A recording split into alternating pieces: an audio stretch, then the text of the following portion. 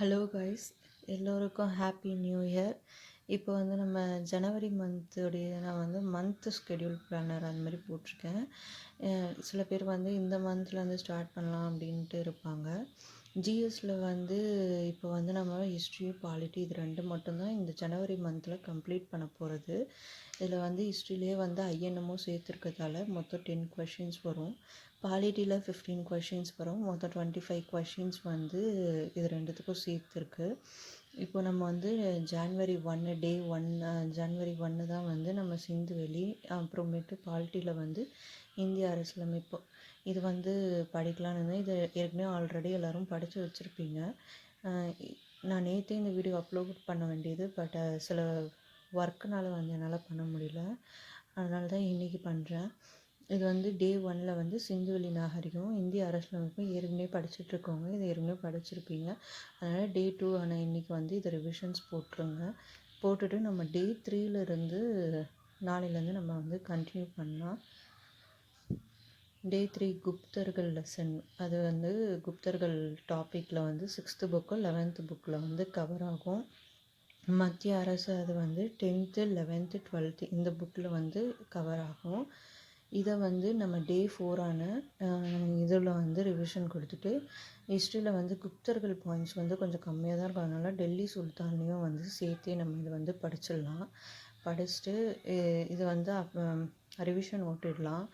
அப்புறம் டே 5 வந்து ஏன்னா இது ரெண்டுமே நமக்கு ரிவிஷனுன்றதால கடகடன்னு முடிஞ்சிடும். நமக்கு மீதி இருக்கிற டைமில் டெல்லி சுல்தானை வந்து நம்ம படித்து முடிச்சிடலாம். ஏன்னா நம்ம இப்போ வந்து ஜிஎஸ்க்கு தான் வந்து அதிக டைம் கொடுக்குறோம். தமிழுக்கும் தமிழும் மேக்ஸும் வந்து நம்ம டே பை டே படிச்சுட்டே தான் இருப்போம். அதனால் அதுக்கு வந்து அவ்வளோ டைம் ரொம்ப எடுக்காது. இந்த இதுக்கு மட்டும் கொஞ்சம் டைம் ஒதுக்கி டெல்லி சுல்தானுக்கு அதே நாளில் படித்து முடித்து ரிவிஷன் ஓட்டிடுங்க.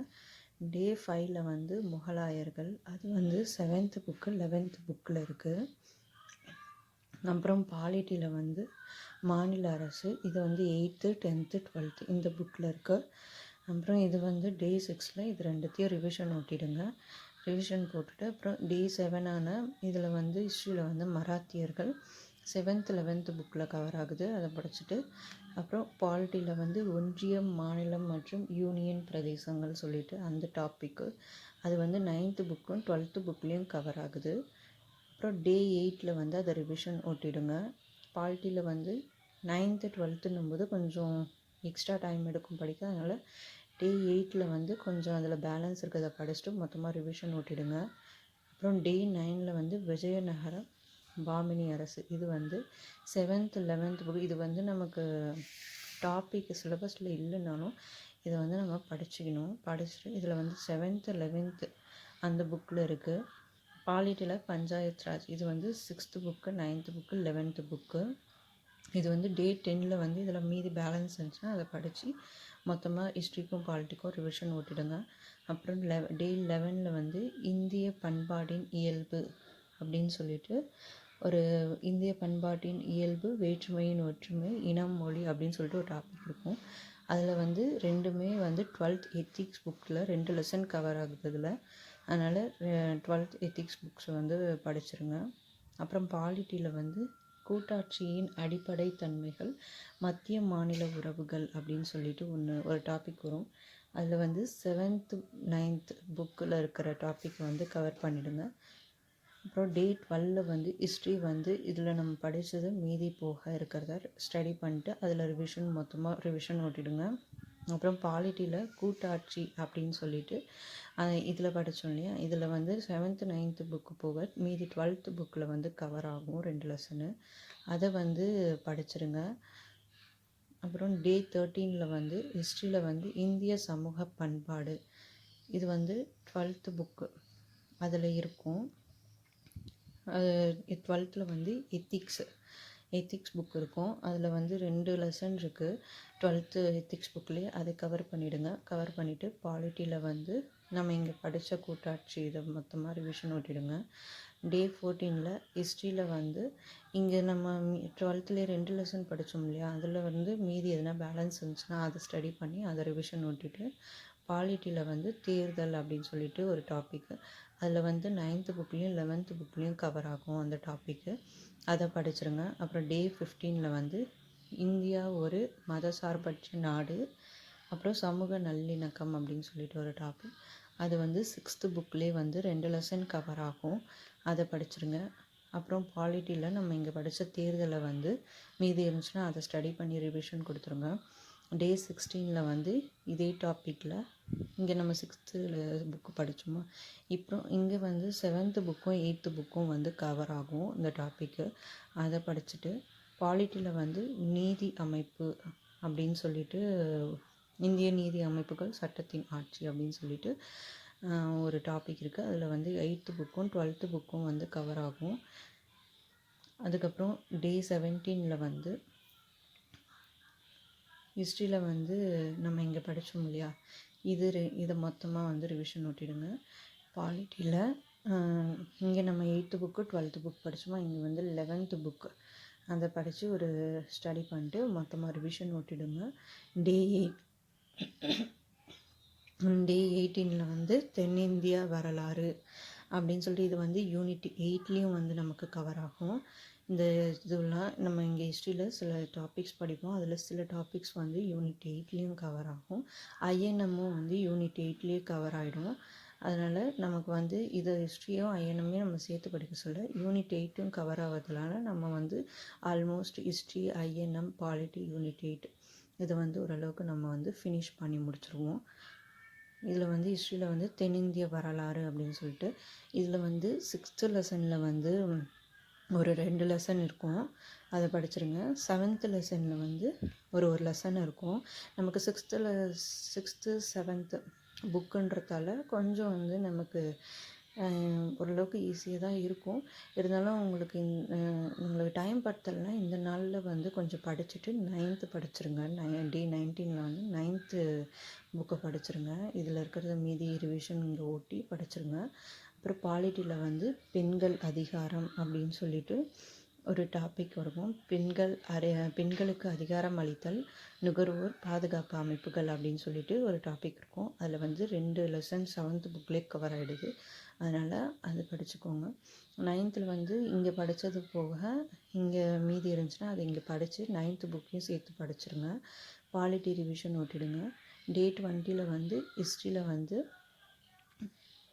11th புக் இதே இதுவில் 11th இந்த டாப்பிக்லேயே வந்து 11th புக் வரும், அதில் இருக்கிறதே கவர் பண்ணிவிடுங்க. அப்புறம் பாலிட்டியில் வந்து மனித உரிமை சாசனம் அப்படின்னு சொல்லிட்டு ஒரு டாபிக் இருக்குது. அதில் வந்து 8th புக்லேயும் 9th புக்லேயும் வந்து கவர் ஆகும். இந்த டாப்பிக்லேருந்து இது வரைக்கும் வந்து ஆல்மோஸ்ட் ஒரு கொஷினாச்சும் வந்து கேட்டிருக்காங்க.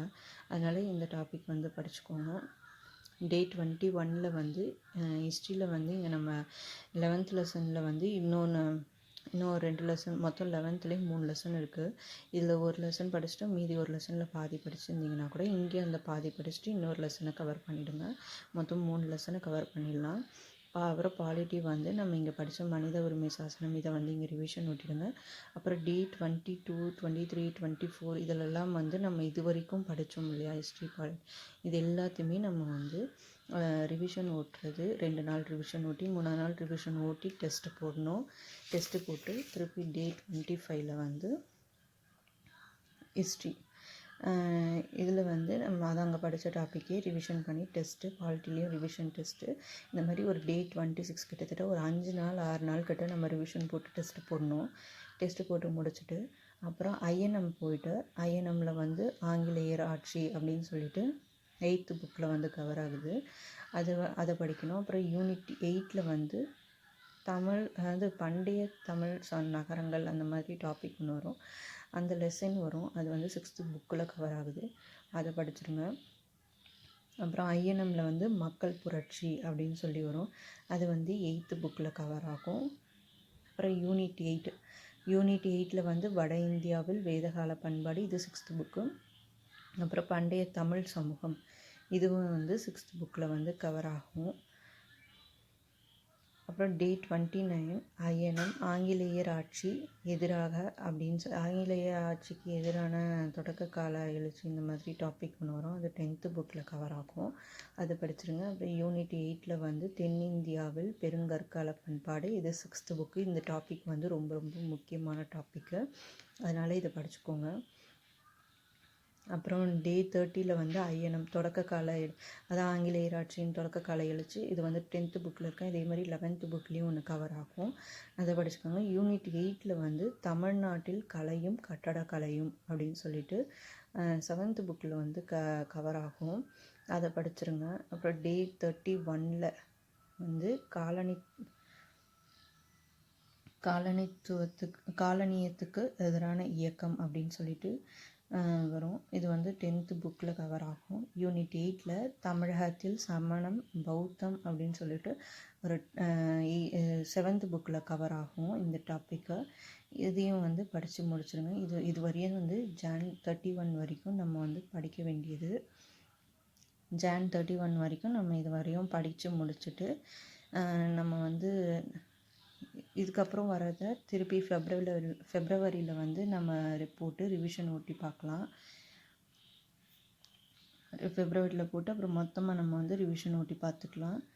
அது வரைக்கும் இப்போது வந்து நம்ம இது வரைக்கும் டைம் வேஸ்ட் பண்ணியாச்சு. இதுக்கு மேலேயும் வந்து நம்ம டைம் வேஸ்ட் பண்ணாமல் நம்ம வந்து நம்மளுடைய இப்போ புது வருஷம் பிறந்ததுக்கு அதுவும் நம்ம புது சிலபஸாக வச்சு இந்த புது ஸ்கெடியூல் வச்சு நம்ம போட்டு நம்ம இப்போ படிச்சுக்கலாம். நான் இப்போ வந்து போட்டது வெறும் ஜிஎஸ்க்கு மட்டும்தான் போட்டிருக்கேன். சில பேருக்கு வந்து தமிழ் வேணும் அப்படின்னா சொல்லுங்கள், தமிழுக்கும் வந்து நம்ம ஸ்டடி பிளான் போடலாம். தமிழ் மேக்ஸ் ஆனால் நம்ம டே பை டே அதை எப்படியும் நம்ம படிச்சுட்டே தான் இருப்போம். அதனால் அதில் வந்து பிரச்சனை இருக்காது. நமக்கு ஹிஸ்ட்ரி தான் எப்படி படிக்கணும் அப்படின்ற ஒரு ஐடியா இருக்குது. இப்போ எடுத்தவொடனே சில பேர் எக்கனாமிக்கையும் சேர்த்து வந்து போட்டு படிப்போங்க. ஆனால் எக்கனாமிக்ஸும் சேர்த்து படிக்க சொல்ல நமக்கு வந்து எக்கனாமிக்ஸில் சிலது வந்து புரியாமல் இருக்கும். பாலிட்டிலேயே நமக்கு சிலது வந்து சட்டம் அது இது சட்டப்பிரிவு அதெல்லாம் ஞாபகம் வச்சுக்கணும்.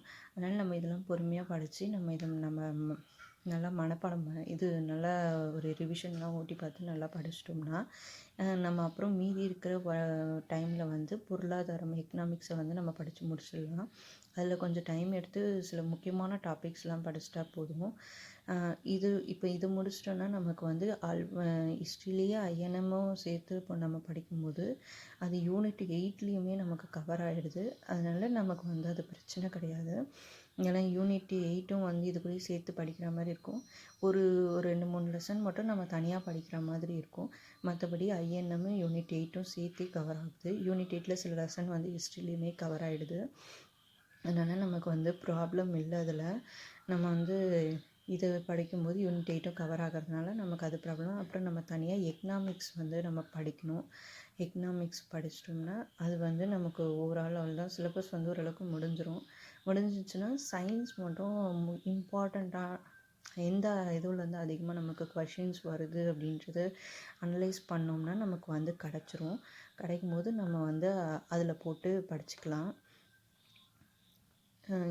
உங்களுக்கு இந்த ஸ்டடி பிளான் ஓகே அப்படின்னா நீங்கள் வந்து என்னுடைய ஸ்டடி பிளான் வந்து ஃபாலோ பண்ணிக்கலாம். அதே மாதிரி ஹிஸ்ட்ரியில் நான் வந்து வெறும் புக் மட்டும்தான் போட்டிருக்கேன். உங்களுக்கு அந்த புக்குக்குள்ளே இதெல்லாம் எந்த லெசனில் கவர் ஆகுது அப்படின்னு சொல்லிட்டு உங்களுக்கு லிஸ்ட்டு வேணும்னா சொல்லுங்கள். நான் வந்து எந்தெந்த இடத்துல என்னென்ன கவர் ஆகுது டாபிக்ஸ் அப்படின்னு சொல்லிட்டு புக் வைஸாக என்ன லெசன் இருக்குது அப்படின்னு சொல்லிட்டு அதை நான் உங்களுக்கு தனியாக வேர் டு ஸ்டடி அப்படின்ற மாதிரி ஒரு வீடியோ ஒன்று வந்து நம்ம போடலாம். உங்களுக்கு வேணும் அப்படின்னா சொல்லுங்கள். ஓகே, உங்களுக்கு இது வரையும் ஓகே அப்படின்னா ஓகே. ரிவிஷன் இதெல்லாம் ஏன்னா நமக்கு வந்து 1 மந்த்லேயே வந்து நமக்கு ஹிஸ்ட்ரியும் பாலிட்டியும் வந்து படித்து முடிச்சு ரிவிஷனும் கொடுத்துருவோம். அவ்வளோதான் இது வந்து என்னுடைய ஸ்டடி பிளான் உங்களுக்கு ஓகே அப்படின்னா என்னுடைய ஸ்டடி பிளானை வந்து நீங்கள் ஃபாலோ பண்ணலாம். எல்லாருக்கும் இந்த ஸ்டடி பிளான் ஓகேனா ஃபாலோ பண்ணலாம்.